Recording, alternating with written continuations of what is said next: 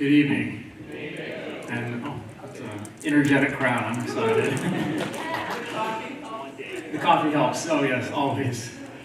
Well, welcome to our second part of our inaugural lecture series.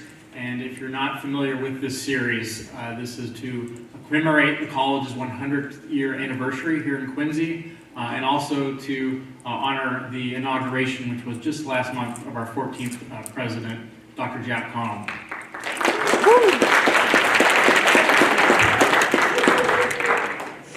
Tonight it's my pleasure to introduce our speaker. We have with us tonight Dr. Sara Georgini. Dr. Georgini, I think hails from New York, but made her way up to Boston and did her undergraduate and graduate work at Boston University, completing her PhD in 2016. She also works with the Addams Family Papers through the Massachusetts Historical Society in Boston. And so this is a topic that, needless to say, she's the expert in the room when it comes to the Addams family. Looking forward to hearing her give her talk on the Providence of John and Abigail Addams. This is, I'm assuming, an extension from her recently published book called The Household Gods, The Religious Lives of the Addams Family, published just this year by Oxford University Press. And she's also working in the early stages of a project on the cultural and social history of presidential pardons from George Washington to Andrew Johnson. So please give Dr. Georgini a warm welcome.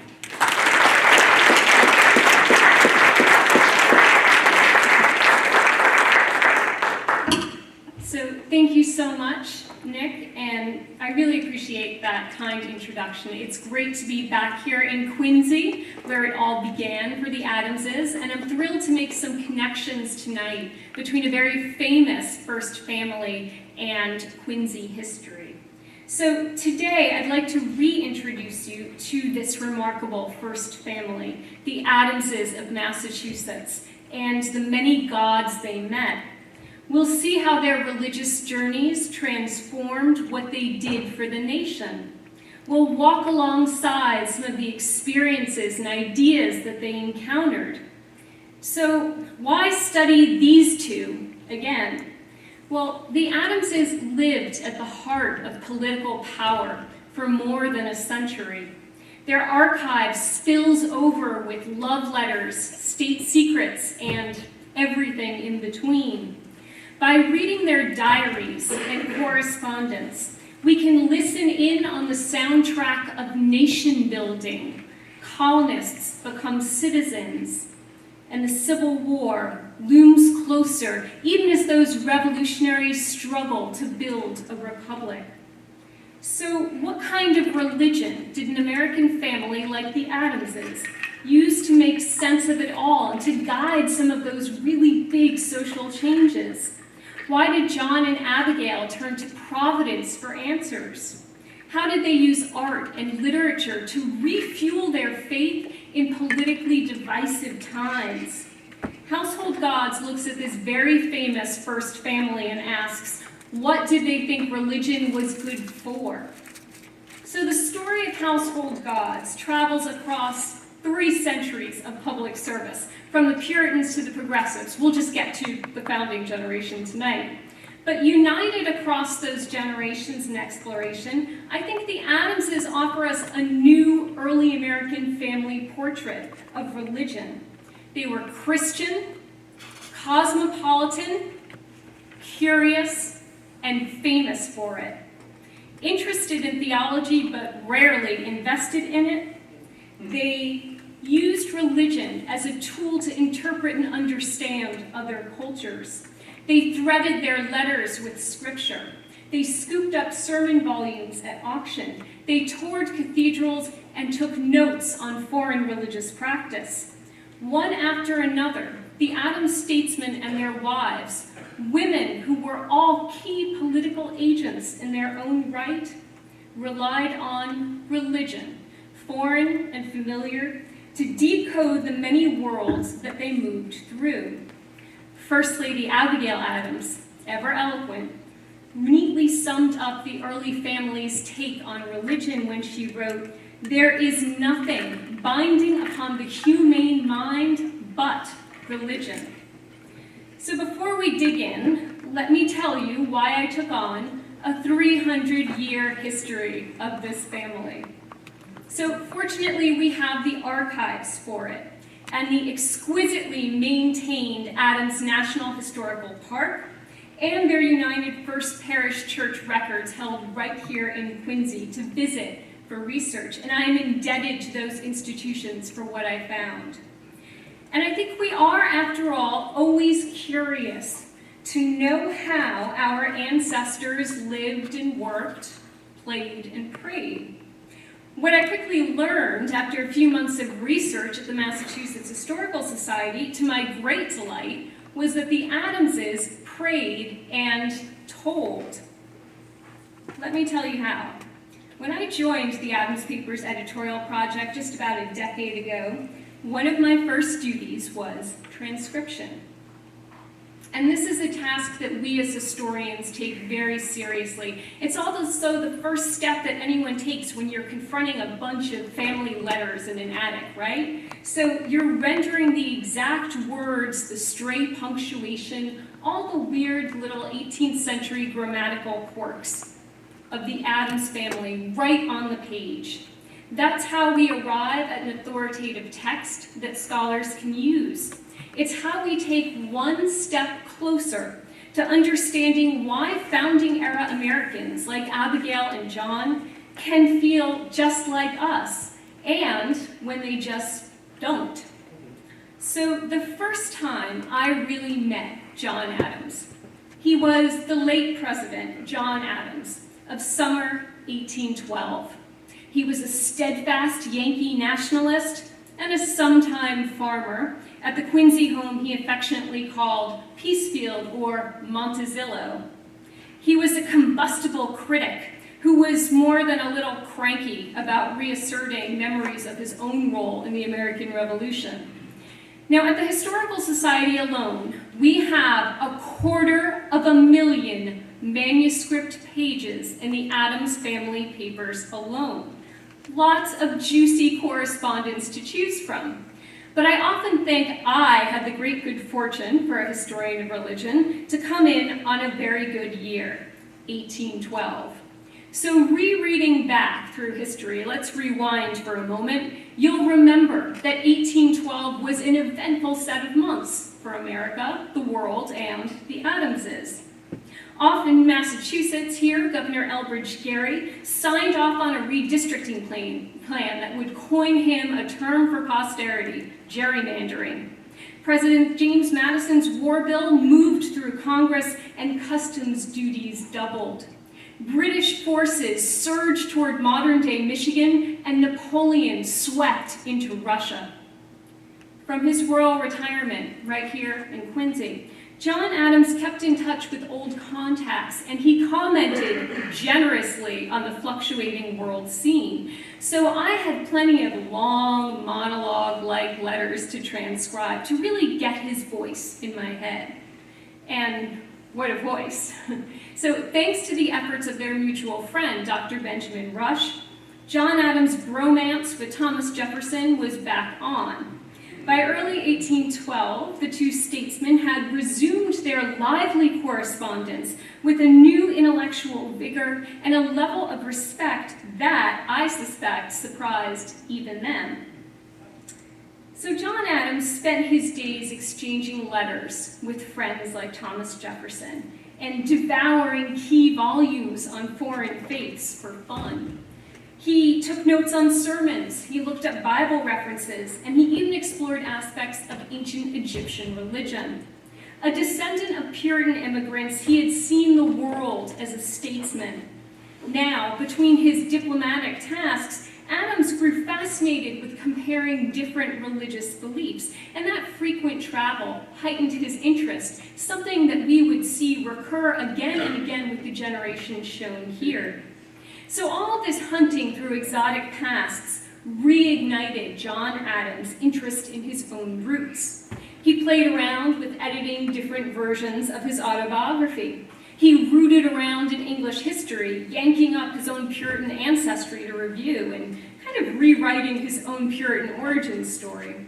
By 1812, some of that research made its way into his letters.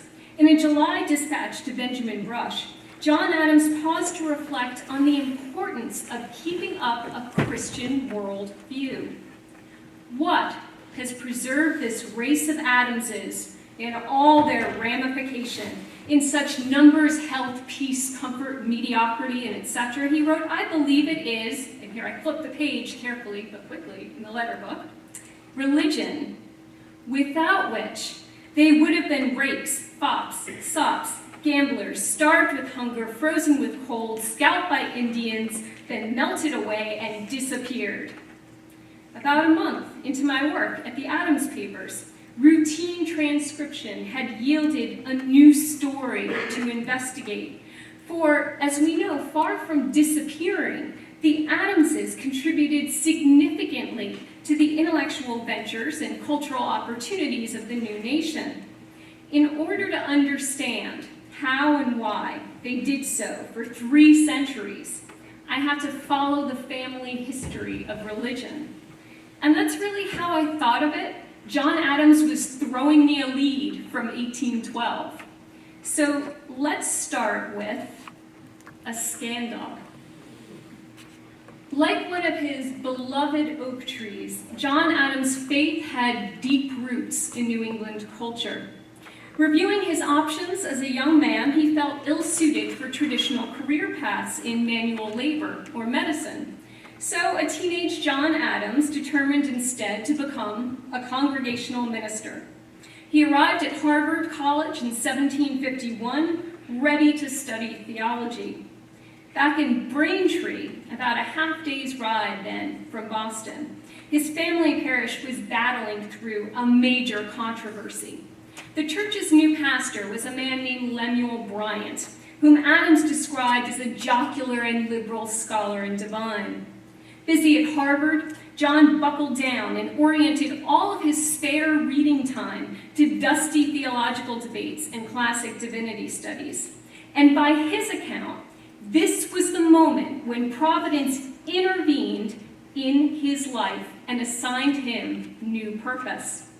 That simmering crisis in his home church, now led by Lemuel Bryant, altered John Adams' choice of profession, and it solidified his religious perspective. Now, Lemuel Bryant and John Adams were close in age and in theological perspective, so let me talk a little bit about Bryant. Shedding old Puritan ways, Bryant told his community that practicing a Christian life rather than repeating dogma would unlock a new route to salvation. John Adams heard this radical theology as a teenager, and overall, he liked it. In his Sermon on Moral Virtue, for example, printed in 1749, Bryant also made some divisive claims about the erosion of good old-fashioned New England preaching. He derided Calvinist ideals in favor of an Arminian approach to salvation, and by that, Lemuel meant that Providence opened up a path to grace. It was up to someone like John Adams to exercise his free will to accept or reject it. Bryant's sermons and his ideas sent a ripple through the religious ecosystem here. This idea was a pretty new one for worshipers to weigh. Several local clergy took issue with Lemuel Bryant's revolutionary message. As the controversy unspooled, the preacher's wife left him, claiming that he had committed several scandalous sins. Yes, I tried to find out what they were, but the archive fell silent. Church officials launched a very full and very public investigation into Lemuel Bryant's moral character. From 1749 to 1753, young John Adams, taking a break from his Harvard studies, kept an eye on the pamphlet war that ensued supporting or criticizing Bryant's beliefs. I may say I was born and bred in the center of theological and ecclesiastical controversy, John Adams recalled. It broke out like the eruption of a volcano and blazed with portentous aspect for many years. Lemuel Bryant made it through the inquiry, but his health was broken, and he died a young man in 1754. Though he agreed with Bryant's spiritual outlook, John Adams was troubled by the way that the society around him had treated its minister. To Adams, the whole debate bred what he called a spirit of dogmatism and bigotry. He was convinced that pursuing a career in the pulpit would, and here I quote John Adams, involve me in endless altercations and make my life miserable without any prospect of doing any good to my fellow men. Far better and friendlier, he thought, to become a lawyer. We might laugh a little bit at that, but let's think like 18th century Americans for a minute. Because like many of his contemporaries, John Adams saw law as a form of moral corrective, a Christian way to mend society's ills and repair lives. And he itched to leave town limits, so the Bryant controversy just propelled him onto a new path. This was one of the things that surprised me the most in researching the Adamses' story.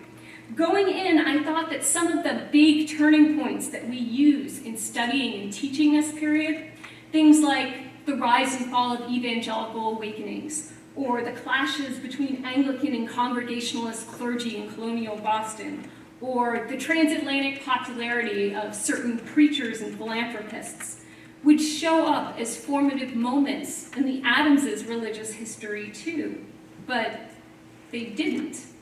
Instead, I learned that with regard to studying and understanding American religion, local history can be epic.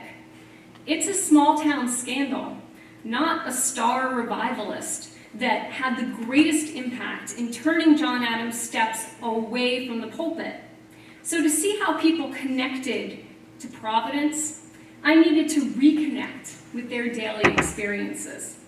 Settling into the project of Household Gods, I had to rethink my sources and my timeline. That helped me to uncover some of the major themes of the book, including religious tourism, toleration, and the role of Providence.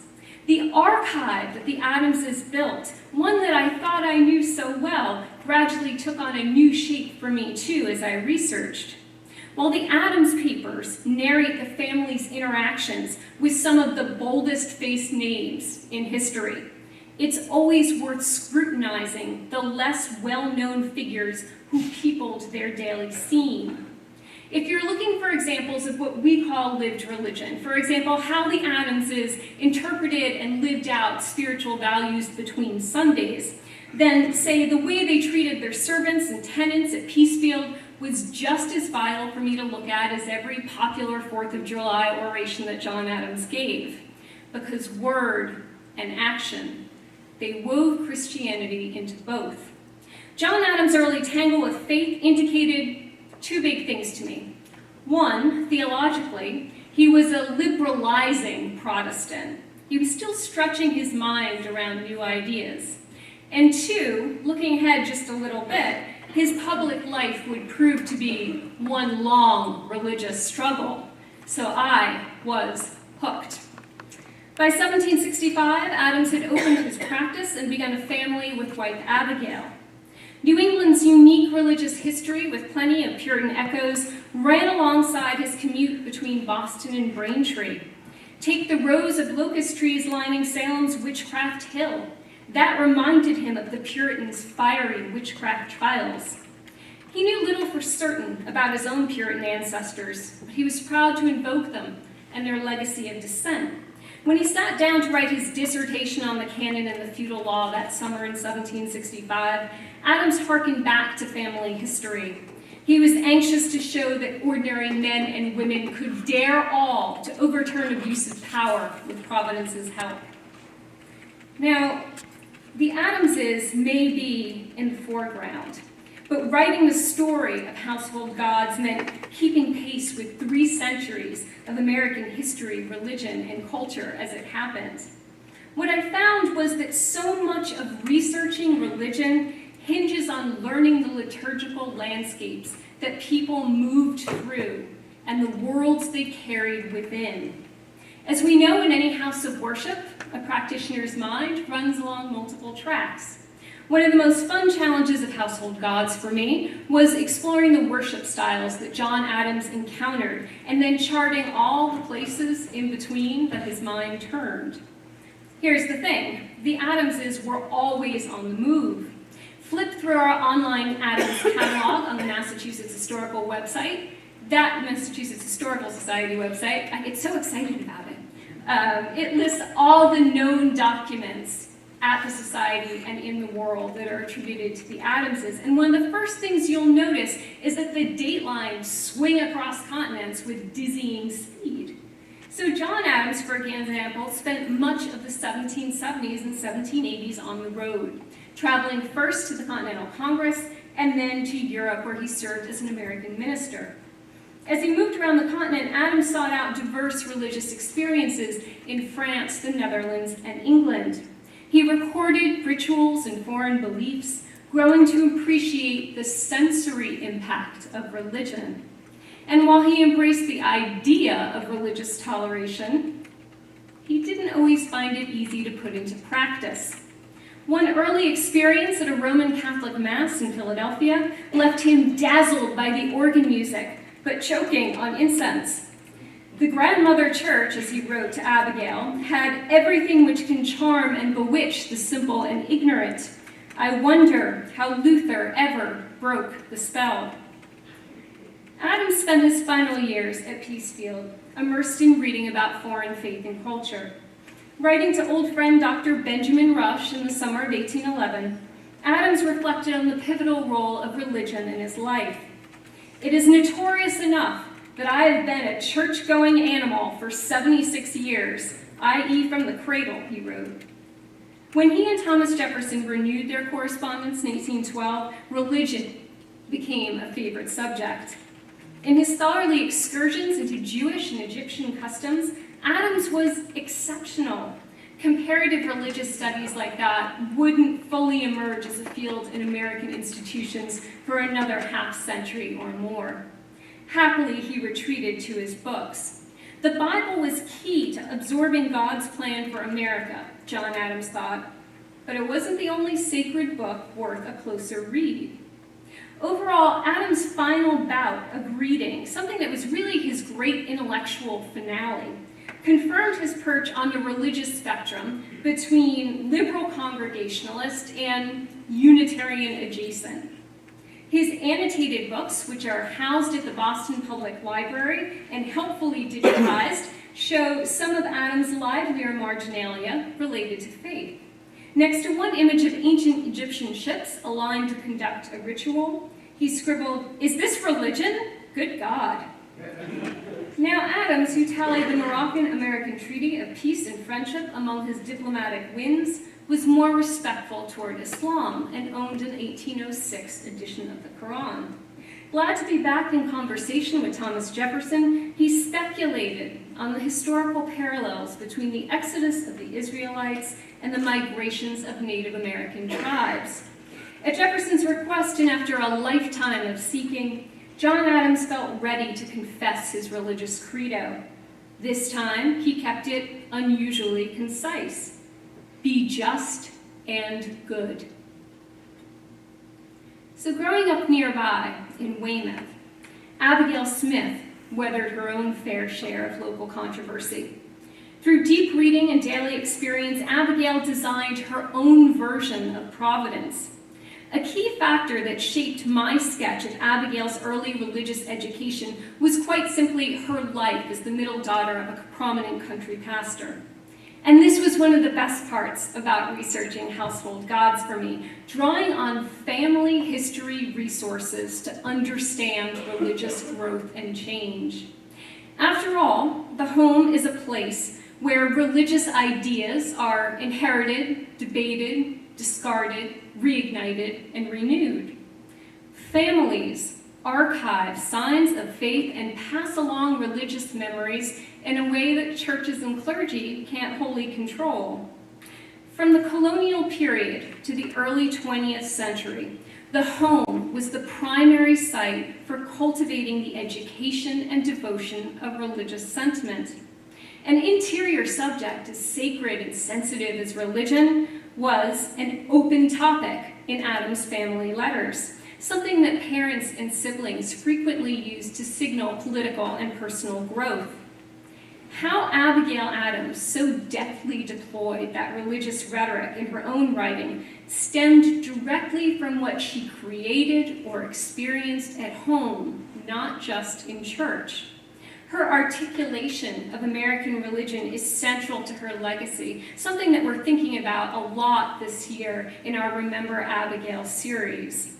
So Abigail's home church was busy, busy, busy. Her father, William Smith, ran a blossoming suburban parish, performing roughly 20 to 30 marriages a year and hundreds of baptisms during his half-century or so of tenure.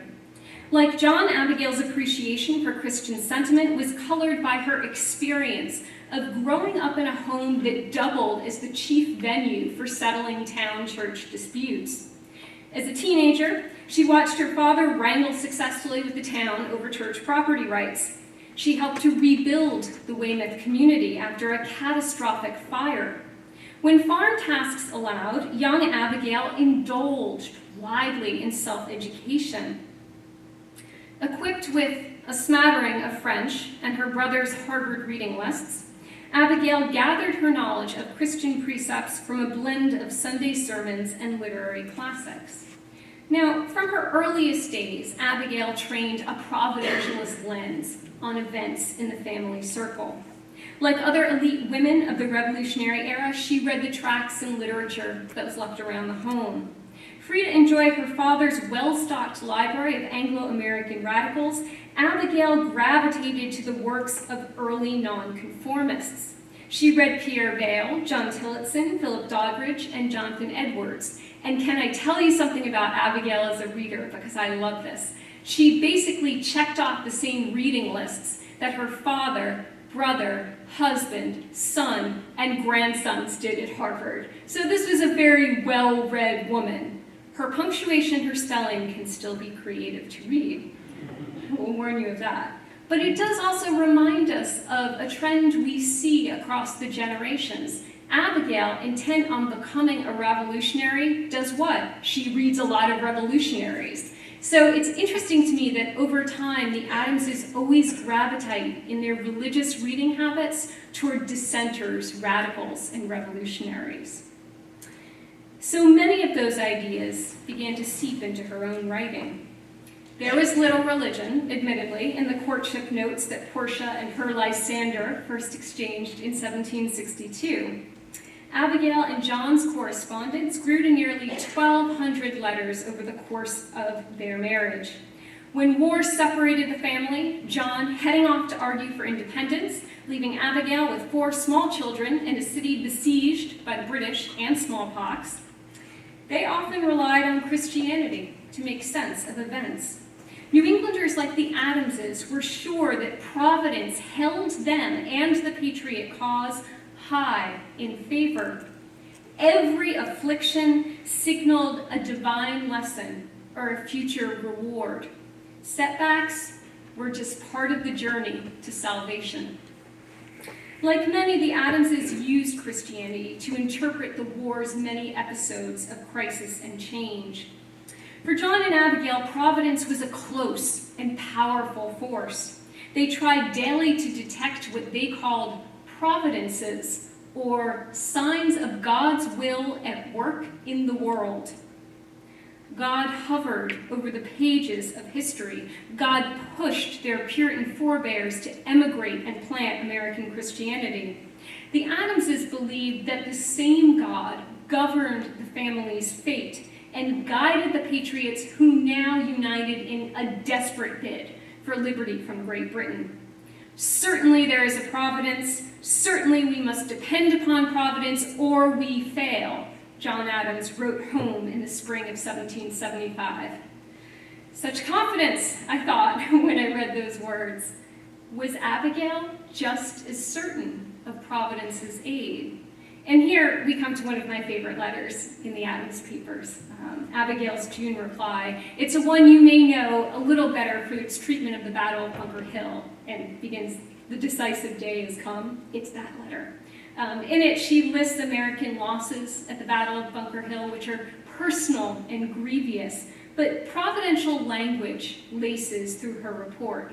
She quotes Ecclesiastes, and Abigail offsets the worst news with the reassuring warmth of Scripture.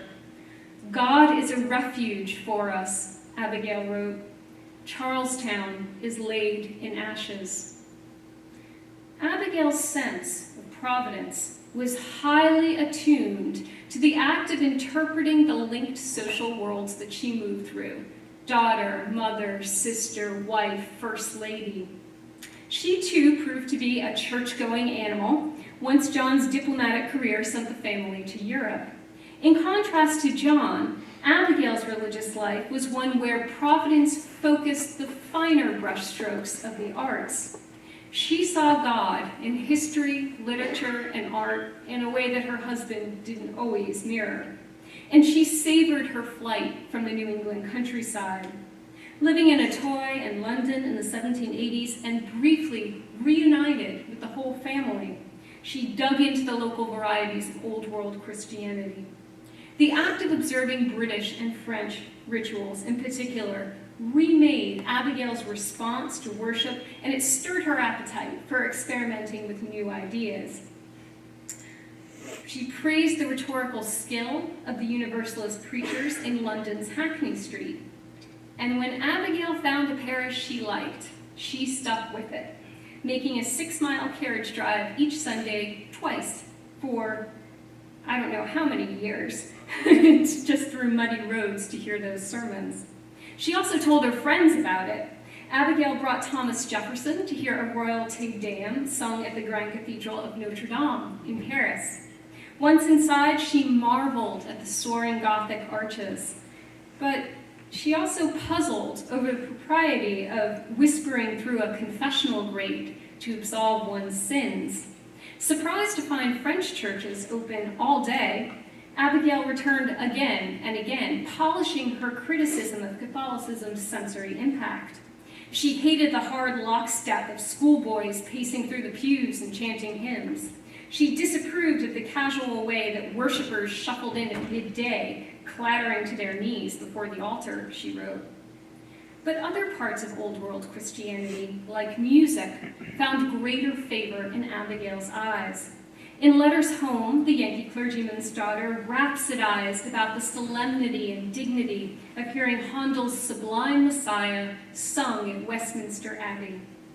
When it came to that part, the Hallelujah, the whole assembly rose, and all the musicians, every person, uncovered, Abigail wrote. I could scarcely believe myself an inhabitant of earth. I was one continued shudder from the beginning to the end of the performance. Pretty effusive for our Abigail. At their home in London, the Grosvenor Square Legation, she stocked the dinner table with nonconformist ministers like Richard Price and Joseph Priestley, those revolutionaries and radicals showing up again. Whether it was in her choice of preachers or Bible quotes or dinner guests, Abigail tended closely to the family's faith. In doing so, she showed how elite American women refashioned religious sensibilities and juggled the duties of a Christian family that was always on the go. So as we've just heard, reading scripture and reporting on revolutionary events made up the first part of Abigail's religious education. Connecting to Providence abroad proved to be more of a struggle because Abigail often had to adapt Protestant habits to fit Catholic and European courts. In this way, her view of Providence suddenly opened and expanded to take in new views. Here's a wonderful bit of Abigail, in contrast, stretching that sense of religious toleration. Those seas, mountains, and rivers are geographical boundaries, Abigail wrote from London in 1786. They contract not the benevolence and goodwill of the liberal mind, which can extend itself beyond the limits of country and kindred and claim fellowship with Christian, Jew, or Turk. As she absorbed new faith, Abigail kept on constructing that sense of providence at home. Now, Abigail Adams ran the households in Braintree, Quincy, London, and Etoy. She led the children's religious instruction. She acted as John's one-woman cabinet in Protestant and Catholic courts alike. Abigail's religious explorations were indicative of other Revolutionary-era women who brought about change while keeping up a model Christian home. The key difference was that Abigail Adams operated on an international scale. Think about this when you visit the Adams National Historical Park in Quincy, because I am, again, indebted to them for opening their doors. One of my favorite things in the house, Abigail's mulberry and ivory delft tiles that bordered a fireplace with biblical scenes. It's designed just as a child's height so that John Quincy and his siblings could absorb and comprehend Christian morals long before they could even sound out Bible stories. Providence watched and ruled over every corner of Abigail Adams' home. She made sure that that providence governed her hearth. When Abigail considered the rise and formation of young America, she at first perceived a providential design, strongly ingrained among the New England families whom she worked the land alongside. What she came to believe, and we can talk about this more in the questions afterward, is that after a lifetime of shouldering political burdens, God made all earth what she called a mere state of trial for professing Christians to endure. Overall, Abigail's travels led her to reinforce the congregationalism that she so clearly missed. She was always more interested in nursing piety, to know what holiness felt like, than in parsing doctrine. In her letters, Abigail mixed religious sensation and scientific reason. Her husband may have settled on "be just and good" as his religious motto, but Abigail Adams was content to keep on searching well into her final days. As she confided to daughter-in-law Louisa Catherine just a few months before her death in 1818, "I do not profess to be a theologian. I never would puzzle my head with their disputes, but I have endeavored to exercise my own understanding. What can we reason but from what we can know?" To see how Louisa took up that challenge, you'll have to read chapter 2. That's a whole nother talk. So we've seen how John and Abigail grew up and how war changed what they knew of Providence. But how did they practice religion together as a family? Well, despite all the founders-related myth-making that swiftly enveloped John and Abigail Adams, they resembled other rural New Englanders. They struggled to blend Christianity with the actions of an often mysterious and sometimes distant Providence. They wanted to reconcile sensations of faith and doubt with what they heard or read of Scripture and science. In their private letters, John and Abigail turned to Providence for aid, or to burn off sinful anger over real or perceived political slights. They scanned the Bible looking for lessons and revelations to use in their new Israel. John and Abigail Adams show us how Americans used providentialism, something that was the guiding ideology of this country from about the Puritans right through to the Civil War. And I'm happy to take your questions on why the Civil War ruins that, also known as chapter 4. This malleable ideology of providentialism drove the country from declaration to disunion. We draw something else from John and Abigail's careful record of their experiences, how Providence disappointed them.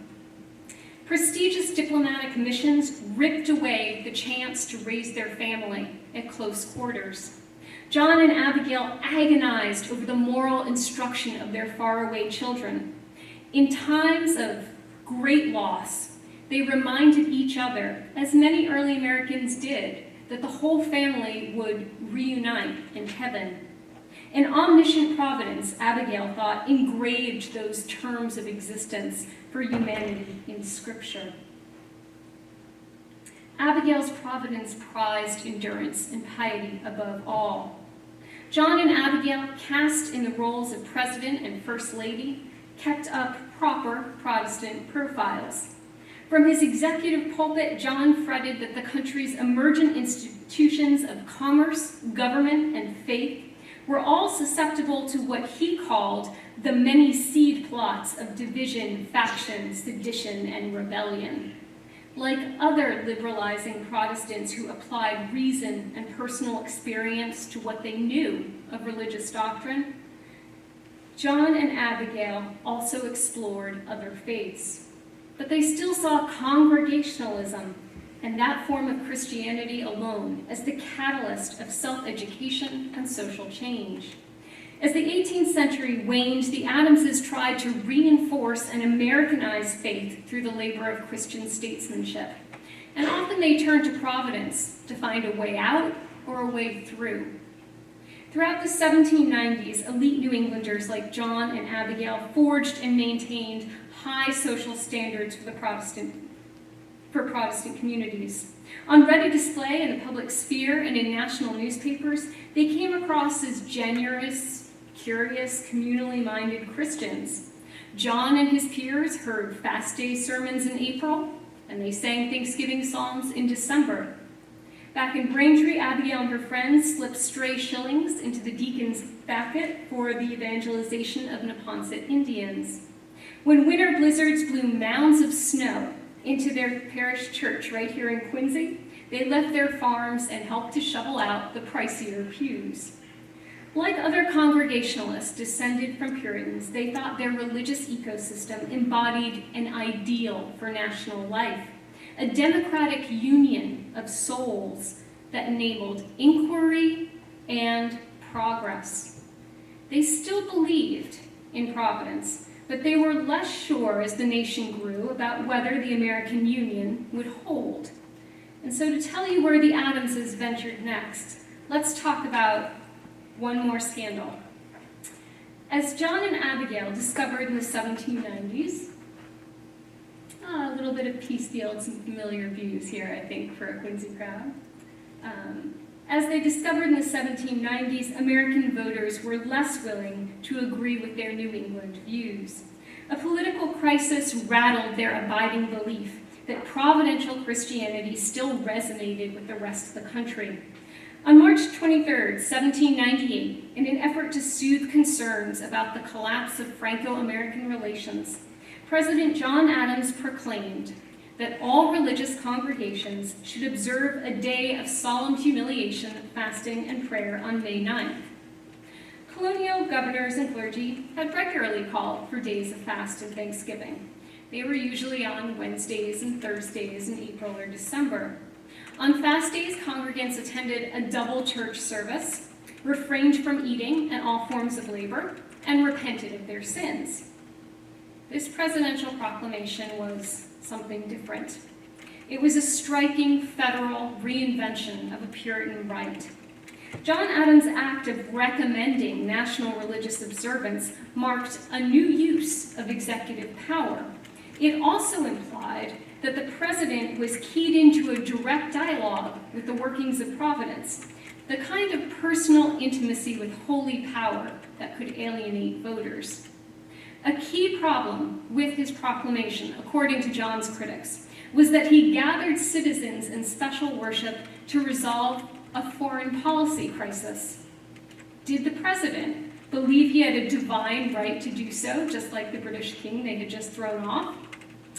Outraged citizens thought President John Adams' New England manners, as they were often termed in the press, and providentialist rhetoric signified not godly republicanism, but the act of a Republican, lowercase r, who fancied himself God.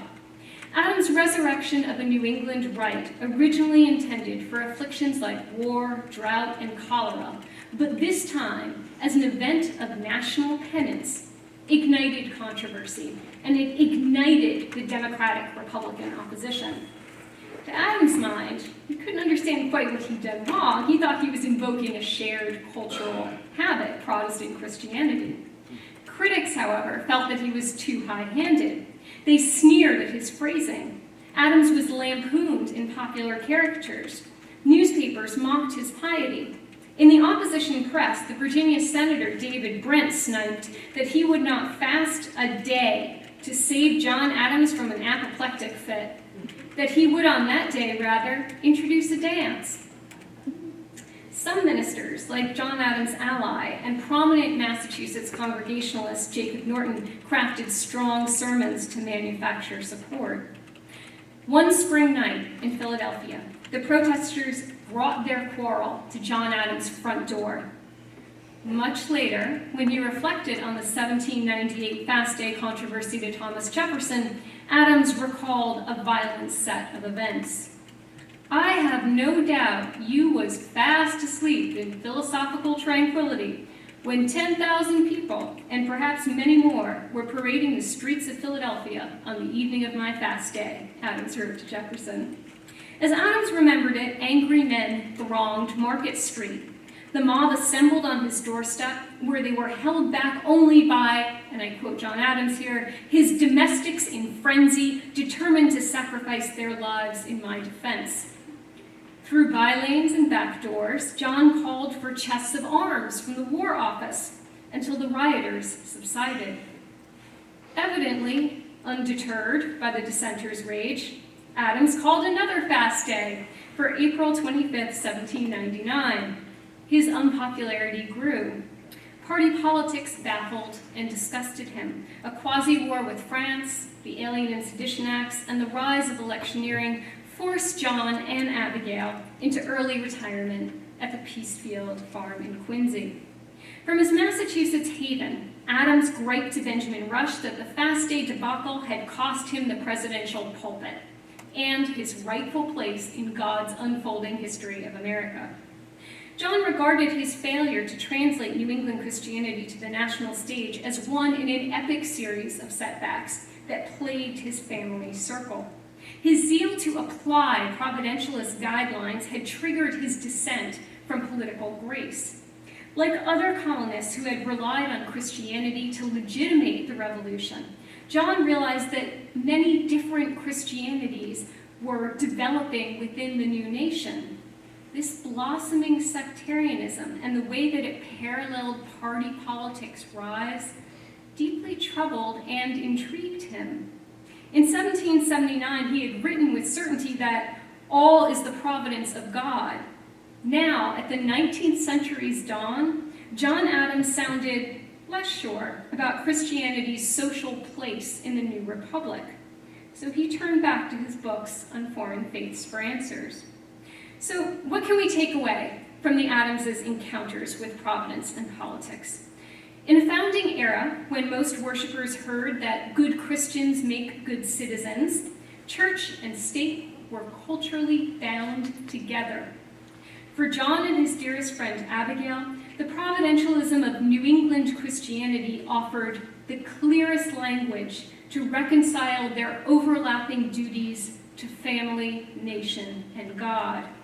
As the new nation took shape around the Adams family, the question of how to be simultaneously Christian and American became the defining challenge of their lives. For 3 centuries, the Adamses chose Protestant Christianity as their main spiritual path. Later and more liberal descendants also explored Catholicism, atheism, Hinduism, Buddhism, and other non-Western religions. They visited foreign religious sites, recorded rituals in their diaries, and tried out new languages of belief in their letters. They brought home artifacts of religion, too. But from John Adams through his grandchildren, the Adams family creed steered to conventionally Unitarian. They believed in a guiding providence. What else did they believe in? They trusted that human will empowered them to freely accept or reject God's grace. They turned away from miracles and revelation. They preferred biblical criticism and lay inquiry to broaden the mind rather than repeating dogma. Acknowledging Jesus as a master workman and gifted moral teacher, they grew fuzzy about his divinity, opting instead to criticize and scrutinize his teachings and doctrines as they related to contemporary culture. In line with their Protestant peers, most Adamses mistrusted, as we've heard, the sensory emphasis of what they called Romish Catholicism. Mostly, they revered Judaism as a source of lawmaking and ethics, and they always kept on seeking, eager to open dialogues about and between religious traditions. The Adamses' religious story, in total, reminds us of the American Victorians who sought God in eclectic places and then made their return greatly changed to the family pew. As new religions multiplied, the overarching Protestant mission to articulate true faith encouraged the Adamses to take the priesthood of all believers to a new level by arguing with their God and society about what constituted true piety. Any construction of national identity or self-identity began with a question that John Adams' grandson, Charles Francis, liked to ask in the pages of his diary.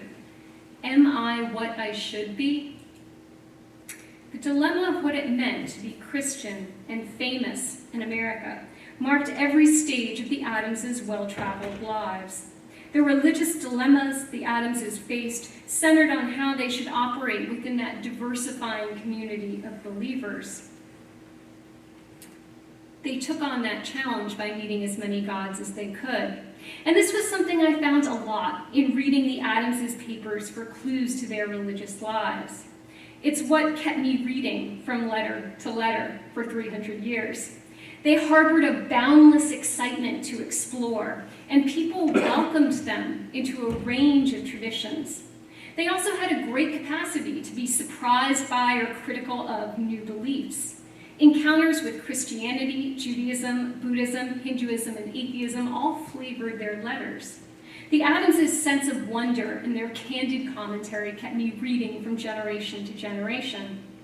What I realized right around the time that I graded their son John Quincy's high tide of manuscripts was that the religious lives of the Adamses could tell us something broader about the 18th and 19th century too. Namely this, and it's something we can all do.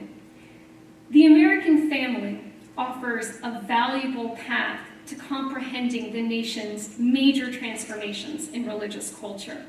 In describing American religious change, scholars have looked to mainline denominations, iconic preachers, and voluntary associations. Yet the family remains an understudied sphere for understanding the development of faith in America. Shifts in American religion mirrored major changes in family and politics and vice versa.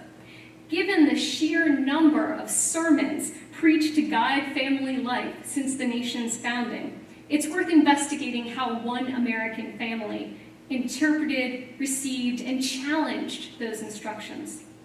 So as I said when we began, the Adamses were Christian, cosmopolitan, curious, and famous for it. One afternoon, when I was deep in my final edits on household gods, one of our veteran librarians materialized in my office door with a promising sheaf of paper. This was good news and bad news. I was in final edits, but we know to never turn down a librarian bearing gifts. I'm indebted to her and to the Historical Society's National Treasure House of manuscripts, which are open for research for this last anecdote. And I hope it leads you to wonder, like I did, where the Adamses might travel next. In popular memory, stories circulated widely about what the Adamses believed and didn't in terms of church and state. Edith Forbes Perkins, a New Englander transplanted to Iowa in the 1870s, a woman who never met the family or had any connection to them, noted that the Adamses even found their way into bedtime Bible tales for her 6-year-old son. Don't you remember about the people whom I read to you about in the Bible, and who lived in that beautiful garden, and whom God created first of their kind? Edith asked. Oh yes, he replied with innocent satire. You mean the Adams family. And such, no doubt, is the theology of that remarkable New England tribe. At home and abroad, the Adamses' faith evolved as the new nation grew. Their views on Providence, as we've seen tonight, even with this first generation, changed as they tallied every win or loss. The Adamses served as founders of a nation, and they acted as lifelong seekers of religion. Household Gods tells their story. Thank you.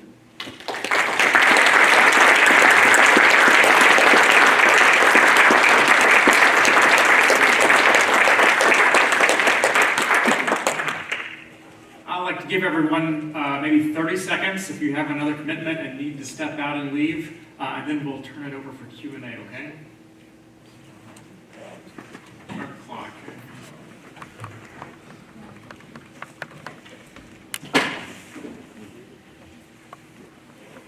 Just in case another Adams has caught your eye in that family tree, I'm happy to take questions about any Adams of any generation, knowing that we have some more experts in the crowd,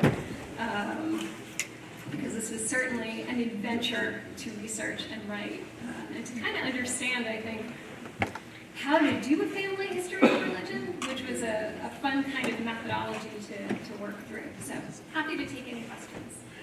Did you bring any copies of your book to sell today? No, it's available everywhere books are sold. So if you hop on Amazon right now, it is there. Did you leave it in one of the historical societies? Yes, absolutely. Thank you. Or I can take questions over cookies if you're more interested in Sarah, I'm curious, and I hope I didn't miss it, but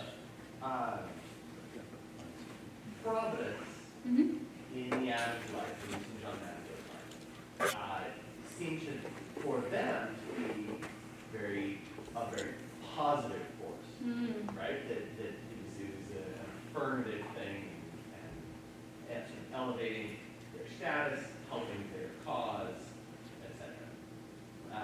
And comforting in times of hardship and grief, etc. Did Providence play any punitive role in that? So I was struck, for example, in the story you told at the end about the sort of reaction to to Adam's plea for fasting, and he attributes this to his loss of political power. But I don't think I heard a hint that he saw this as a sign that he had made a misstep. Right? It was everybody else who had sort of misunderstood. So, I guess, in some senses, did John Adams ever think he did anything wrong? Or did God respond to that in any way? Boy, do I have some great volumes of the Adams papers for you to read. But I would say the short answer is Providence is a shifting force in their lives. And definitely Providence can punish. Does John Adams take full responsibility when he's misstepped? Not easily, but neither does Abigail. These are people who bear great political burdens in their roles. It's interesting to me that you're thinking about Providence and kind of the positive and negative aspects of it, right? As they not a great way to describe it, but yeah. No, but it is this shifting force, right, in early American culture. And I think it's interesting to think about when it's stronger and when it's weaker, right? So certainly there's kind of a high tide during the Revolution where it's Providence is rah, the Patriots. And then there's kind of a dip afterward. But I think one thing to remember with the Adamses is that from generation to generation, particularly even in John and Abigail's time, they endured great personal losses as well. This is a family that suffers deaths from alcoholism, from breast cancer, from any number of misfortunes that happen when John and Abigail are separated. They lose a lot of money too, right along the same time that they lose the election of 1800. And I do say they because Abigail is definitely involved in that electioneering. But they do look at those, and when they are trying to use providential language, yes, I think they see it as a punitive force. There's a concept that emerges in early American culture in this period between the Revolution and the early Republic, and it's a thing you see mentioned a lot in fast day sermons, the school of affliction. And this is whatever is going on in your family or in the world. That is kind of the educational sphere where Providence is teaching you a lesson. And they do absolutely begin to refer more and more to kind of the language of providence and affliction rather than providence and success. And you see that really take a turn after 1800. So as their political biographies wane, there is sort of a tremulous connection to a positive providence. It does change. And I really tried hard to listen to that. When I was thinking about providentialism, and I was thinking about the beliefs of the Adamses from generation to generation, one thing I tried not to do, and this was hard, was I didn't write toward religion. I didn't assume they were going to end up in any faith. I didn't know what pew some of my later Adamses would end up in. So the idea of thinking through something like Providence or whatever the big overarching belief was and how it moved around in their lives was really important to me. And it helped inject a little bit of suspense, right? Because when you're writing about Providence, anything can happen. So it was a really fun kind of thing to write about. And it's something that gets pulled into so many different causes, from Puritan immigration to American Revolution, all the way up to the Civil War, which just totally ruptures the whole idea in half. But yeah, that's a great question. So the School of Affliction is pretty much where they dwell from about 1800 on, I'd say. Could you give a brief explanation for why the Civil War ruptured the northern understanding of Providence? Or the Sure. yeah, could you address Sure. So the kind of overall view at that time is what kind of a God would allow this to happen, and what kind of a God would choose north or choose south. There's a kind of an idea that is manifested in ritual throughout the Civil War. So the North and the South actually have competing fast days, so they have different conceptions of Providence, kind of dueling ideas, and providentialism becomes yet another casualty of the Civil War. We come out of it in a very different metaphysical place. We come out of it as Americans who are willing to explore no faith, some faith, foreign faith, but the idea that there is one providence alone to guide the country is gone because the country's been broken and we did it. There's also an idea that comes out of the Civil War too, which is somewhat linked to this idea of Arminianism, this idea that you see a path to grace, but it's up to you to accept or reject it. And the idea is, everyone kind of becomes their own providence. There's no need to kind of follow what's been laid down before. So it's a really shattering event in American religion. I think Harry Stout's work on this is really exceptional to understand how this regional conflict utterly breaks open every part of American life and spirituality and reshapes it. Thank you. Yeah, sure.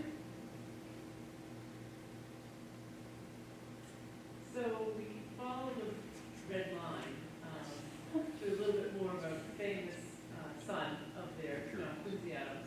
Yes. Could you just give us a little hint into the life and family of Thomas Boylston? Yes. Thomas Boylston Adams, wow. So Thomas Boylston Adams, who, brother of John Quincy, someone who is very much a young up-and-comer for a while. So in the 1790s, early 1800s, he's serving as his brother's secretary in Europe. He's someone who experiences some of those foreign faiths as well. And at the turn of the 19th century, he is in a very sweet spot.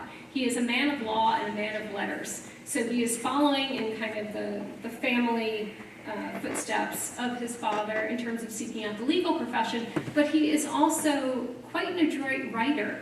All the Adamses blessedly are great letter writers, but Thomas Boylston seizes on the blossoming press of the day and begins to contribute to the portfolio, Joseph Denny's publication, and others to kind of bring this view of Europe to America that hadn't been seen before. He's a good travel writer. He's kind of your 52 places traveler kind of guy, Thomas Boylston Adams. And then he kind of is married, has kids, kind of fades out quite a little bit, has his own struggles, we believe, with alcoholism. And some of that kind of moves him off of the family path. In terms of his religion, I don't have a lot for you. I think he probably attended some of the same things that John Quincy did in Europe, but we don't have explicit mention of them. His wife kept a very brief diary, Anne Perrod Adams, and it's mostly filled with facts about the kids' health. So I kind of went hunting as much as I could to line up which Adamses popped out more in the archives. So I had to make some tough choices because look at this crew. They've got some really rich religious lives to tell. But Thomas Boylston Adams is one who deserves a bigger spotlight So if you're interested in kind of the history of early American literature and travel writing and the early American legal profession as he understands it in 1790s Philadelphia, check out the Addams Family Correspondence, volumes 14 and 15 coming soon. Thank you. Sure. Yeah, so, I guess, in a process that you seem to have a ton of information here and very little information there, and bouncing back and forth between those two, could you talk to us a little about your process of how you decided what you wanted to read, Which Addams made the cut? Yeah. that, but also what writings of which Addams made the cut? Yeah, oh, that's a really good question. So with the Addamses, I knew I wanted to kind of zero in on John and Abigail and John Quincy and Louisa Catherine because the presidential Addamses are always of interest. And initially what drew me to the project, because I thought in the course of researching them, looking at someone like a John Quincy Adams who has this voluminous diary rights digitized on the Historical Society website, volunteer transcribers are welcome. I thought, aha, I'll be able to look at a president, see the Bible verse that he read that morning, see the psalm that he tried to write based on it, and then I'll know how he voted. Like, I'll understand. Did not work that way. What I found was that their religion and their politics collided with interesting ways that I didn't wholly expect. So I knew I had the presidential Adamses. And I was a little worried about Charles Francis. I was going for the 3 in a row. And I thought he'd be super boring. To tell you the truth, I was the most worried about this chapter. I thought he's gonna just be this kind of worked up, melancholic Victorian and kind of warped. And he was, but he was also great about it because he kept a diary and every twist and turn and kind of emotional twinge that he had about religion and piety, he wrote down. So I was like, okay, you're interesting. And I knew I wanted Henry Adams, the cultural critic, because I wanted to show how this illuminated broader shifts in early American culture. So I wanted to say, when do they walk away from that United First Parish Church in Quincy and get on a boat for Japan? Or delve into 13th century France, because that's where you find real piety. That's Henry to me. That's the Victorian American who looks everywhere else in the world. And I for sure wanted to get into the story of his wife, Clover, who is so powerful in terms of the photography that she produces before she commits suicide. And her death really propels Henry around the world for most of his life. So I knew I had those. And then I had to kind of fill in the rest of the story. I very much wanted to tell the Puritan story of how do you go from Puritans to progressives and what's that story look like. And what I found was exactly the problem you just described. I went looking for Henry Adams. He is the Puritan progenitor, and his wife, Edith Squire, who come here, and don't have much. So I have 250,000 manuscript pages, and I have maybe his signature on his will and on a pew deed, and that's about it. So with the first kind of Puritan story, I had to really do a lot of world building. I had to read a lot of 17th century English church history. I had to understand what rural Somerset looked like. And this in a way was great, to go from having a ton of manuscripts to a relative scarcity, because that world building process pushed me as a historian to really walk through the religious landscapes that they did as much as possible. I made a point when I was researching this to go to as many places as I humanly could. I didn't get to go to St. Petersburg, which I really would have liked to, but next time. To understand how they prayed in England, in France, what that world was like, what it was like in the churches in DC, in Boston, in Braintree, New York, in Quincy. I went to as many different places. I went to the Adams National Historical Park. I looked for kind of the clues that are in material culture, because something that kept coming up again and again was this idea of a religious ecosystem and what it looked like, what it felt like. Because the Adamses genuinely are not invested in theology. They're interested in experience. So I had to think about religion differently. I had to think about my sources differently. Once I kind of built out that story of the Puritans, I thought, okay, So I have a pretty standard narrative here. I have the Puritans arrive, they cede to Congregationalist, Congregationalist becomes Unitarian, Unitarian turns into kind of this exploratory non-Western / atheism generation. I've got the survey story, right, that we're used to kind of reading in textbooks. I also have a declension narrative, right? So I thought, well, let me just go one generation over. So I looked at Henry's brother Brooks, and I ended up back with the Puritans again. Because Brooks writes the Emancipation of Massachusetts, he writes this incredibly powerful church history, as he calls it, of how his 17th century ancestors essentially would have lived and what their religious ecosystem looked like and what that portended for the American century of the 20th century that he was living in. And I thought, oh, but this Brooks, who's attacking the Puritans, is also the guy who recommits to the family church here in Quincy. He stands up and gives testimony that he is actually recommitting to the covenant of the church. And I thought, well, this is interesting. It took the family 300 years to settle down after being in the same parish. So I've got to unwind and rethink everything I know, because I actually start with the Puritans, but I end with the covenant. So it made me kind of flip my narrative a little bit in the storytelling. And I was very blessed that I didn't have a million manuscripts for every Adams. There are some that did end up on the cutting room floor. That is true. I stuck with the ones that are probably the best known because I wanted to really throw a different kind of spotlight on them than you usually see. And another thing I tried really hard to do is to make sure that the Adams women and men get equal time here for their spiritual outlook. Thank you.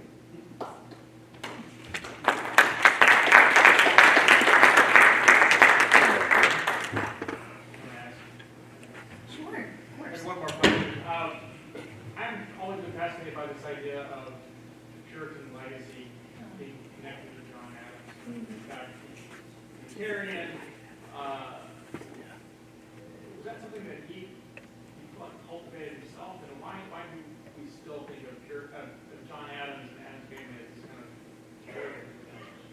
So one reason we think of that is because in one of his rarer shrewd political moves, John Adams himself invoked it. So he was pretty hazy on his own Puritan genealogy. He and his son John Quincy thought they came from different parts of England at a different time. They never fully agreed on the family's history.